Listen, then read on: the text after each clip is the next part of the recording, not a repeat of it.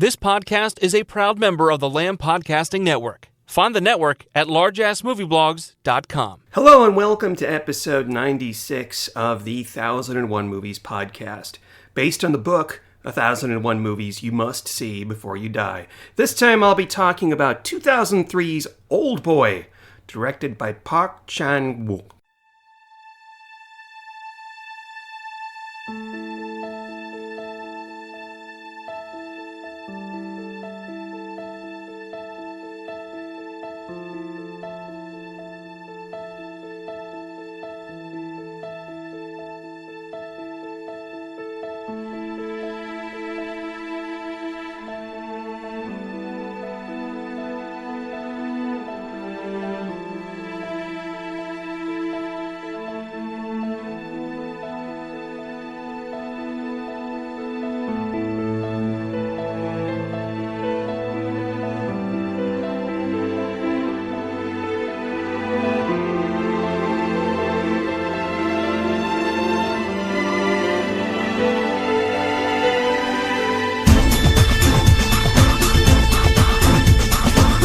Early in 2020, Parasite became the first South Korean film to win the Academy Award for Best Picture. In fact, it was the first foreign movie to do so. Now, for a moment, it may have seemed like South Korean film was going to have a surge of popularity. Sure, Koreans have been making films just as long as everyone else, but now they were getting the international recognition they deserved. The irony is that South Korea made its mark almost 20 years before Parasite. It did so with a bizarre and cutting-edge film called Oldboy. Director Park Chan-wook began his love affair with cinema, as many people do, with Alfred Hitchcock, and after watching Vertigo while in college, at which he penned a number of critical film essays for local publications, he made the decision to become a filmmaker. So after time working as an assistant director, he made his first feature film, The Moon is the Sun's Dream, in 1992. This film, as did his film Saminjo 5 years later, received lukewarm responses. His third feature film, in 2000, Joint Security Area, about a relationship between South and North Korean soldiers in the demilitarized zone between the two countries, was his first success. Obviously, audiences enjoyed the film, but it seemed that Park was thirsty to make something different. He wanted to not just make popular films, but become an auteur like his idol Hitchcock. And so, in 2002, he made the dark and quirky Sympathy for Mr. Vengeance, which was a critical success, but somewhat lackluster at the box office. Perhaps the popularity of Joint Security Area gave him the creative freedom he craved, but if he was looking to raise audiences' eyebrows so far, he had failed. In the late 1990s, Park was approached by writers Lim Chung-hyung and Hwang Jo-young to make a screenplay of the popular Japanese graphic novel Oldboy.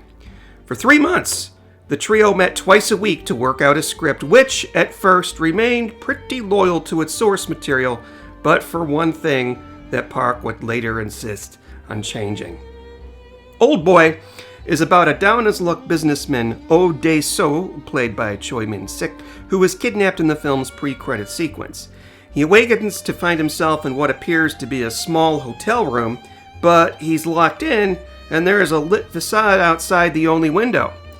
He remains there for 15 lonely years, during which he is fed by the mysterious guards, tranquilized every evening by sleeping gas, and gleans what he can about the outside world from television.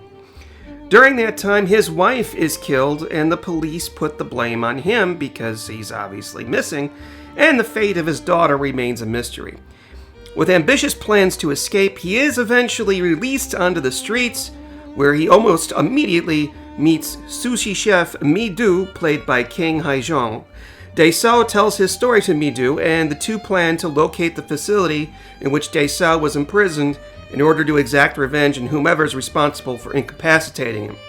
What follows, I'm not going to tell you, except to say that the reveal at the end is probably one of the most shocking in all of cinema, right up there with the likes of Psycho and The Usual Suspects. The production of Oldboy was a bugbear for the producers. 48 days were allotted to film, but Park took 72 days. The budget was originally 3.3 billion won, that's roughly 2.7 million American dollars, but Park went over, particularly with the extravagant penthouse scene in the movie's climax. Oh, and that single deviation Park made from the graphic novel was the film's final twist, which I will not reveal here. You can't talk about Oldboy without mentioning the famous corridor fight scene, which was all done in a single shot with Dae-su battling about a dozen armed criminals with a hammer. At the final moment, Park decided to film it using one shot, and he hired a martial arts director to choreograph the scene. They completed it in 16 or 17 takes, and near the end, lead actor Choi was beginning to feel dizzy and nauseous, but they persevered, of course, and the shot was completed. Perseverance was the name of the game when making Oldboy. Whilst shooting the penthouse scene, the cast and crew had to work through the night to stay on budget and on time. Many catnaps were taken, and much coffee was drunk. Lead actress Kang Hye-jeong, who had never been in a feature film before, thought that the friendly and cooperative climate among the cast and crew was the norm. But after making more movies, she learned that the filming of Oldboy was an exception to the norm. The film had so many moving parts with so many people working on it, and everything pretty much came out perfect. Several months after principal photography was finished, a small crew and cast assembled to film the movie's opening moments in the police station with Dae-su. Why did they wait so long? Actor Choi Min-sik, who was in prime condition during production, needed time to put on weight to portray the drunken and obnoxious Dae-su before he was kidnapped and imprisoned. The critical success of Oldboy cannot be overestimated. Not only had Park Chan-wook been given the creative freedom he had with Sympathy for Mr. Vengeance, but now the critics and the audiences were embracing his work. When someone from the Cannes Film Festival saw the film, Park was invited to submit the film to the festival, where it won the Grand Prize, which is the equivalent of Best Director, and Park received a standing ovation. Inevitably, the movie, of course, was also an international success, and Park had paved the way for future Korean filmmakers to present their work outside their home country. South Korea cinema had seemingly been born. Park followed Oldboy with Lady Vengeance, and together with Sympathy for Mr. Vengeance, these three films have been unofficially entitled Park's Revenge Trilogy. In 2016, he made another successful film, The Handmaiden, which is a story for a future episode. Now, although that was his last feature film as of 2020, he has continued to do some television work, but seems to remain in semi-retirement. Since then, Oldboy has gained something of a cult status and has been remade twice. There's been an unauthorized Bollywood version, as well as an authorized 2013 remake directed by Spike Lee and starring Josh Brolin, which, from what I've heard, probably shouldn't be spoken of ever again. Now, what did I think of Oldboy? Back in the early 2000s, I was a frequent customer of a video store called I Love Video here in Austin. And yes, that video store is still in business. They had films on DVD that I hadn't heard before, with many Asian releases. The gateway drug for me was the Japanese horror film Ringu. And from there, I couldn't stop consuming Asian cinema. I would walk out with both the popular new release from Hollywood as well as whatever weird and unusual Japanese or Korean title struck my fancy. Inevitably, I rented Oldboy, brought it home, sat through it for 2 hours, and then asked myself, what the hell did I just watch? Not in a negative way, although I did have some visceral, gross-out reactions to the film's problematic conclusion, but in a way that blew my mind like never before. In short, Oldboy is a masterpiece in every way, from the story to the directing to the acting. It got better on a second viewing a year or so later when I purchased a bare bones DVD. On a first viewing, one has the impression that something is just off in this story. You just can't put your finger on it. Knowing the conclusion, however, you can read into it so much easier, knowing how and why certain events in the story happen when they do. Now, this is one of those few films in which it's actually a pleasure to watch the directing. Early on in the film, as Dae-su takes a page from The Shawshank Redemption and tries tunneling out of his prison with a single metal chopstick, we're treated to a montage of news footage that's superimposed on the film to show the passage of time. Park could have just stuck a calendar on a wall to show us this, but that would be kind of lazy and unremarkable. The villain of the piece, played by the attractive and popular actor Yoo Ji-tae, begins as an enigmatic ghost hovering in the background, and as the movie closes, we see him as a depraved, homicidal monster. His death is not some kind of spectacular stunt worthy of a Bond villain, but comes at us quickly and deliberately, knocking us in the face, and it's the perfect conclusion to the agony he puts Dae-su through moments earlier. He's a perfect contrast to Dae-su, both emotionally and physically, particularly with Dae-su's outrageous hairstyle. What the villain wants is for Dae-su to suffer the same pain he has, and while he dies at the end, the tragedy is that his plan actually succeeds, although the closing moments of the film do leave it open for interpretation.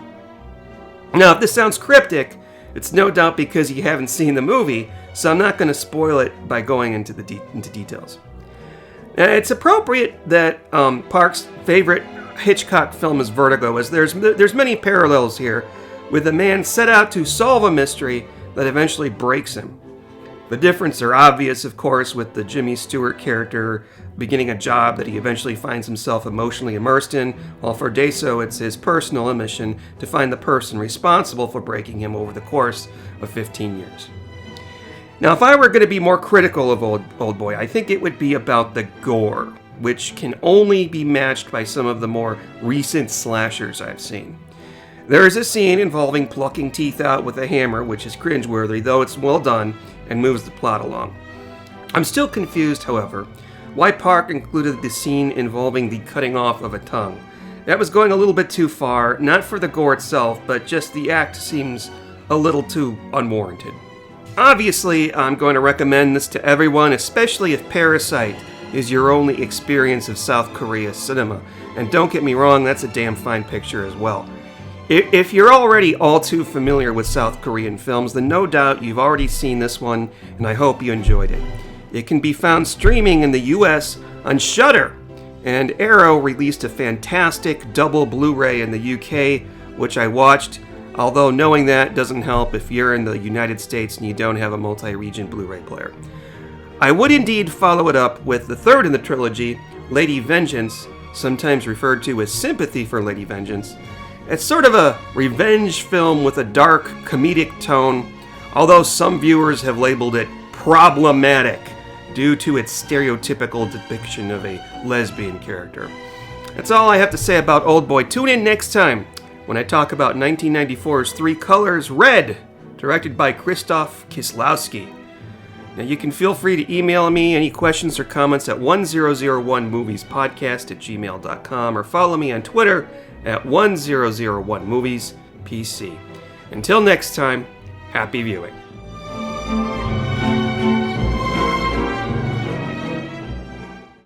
And the Oscar goes to... And the Oscar goes to... And the Oscar goes to... And the Oscar goes to...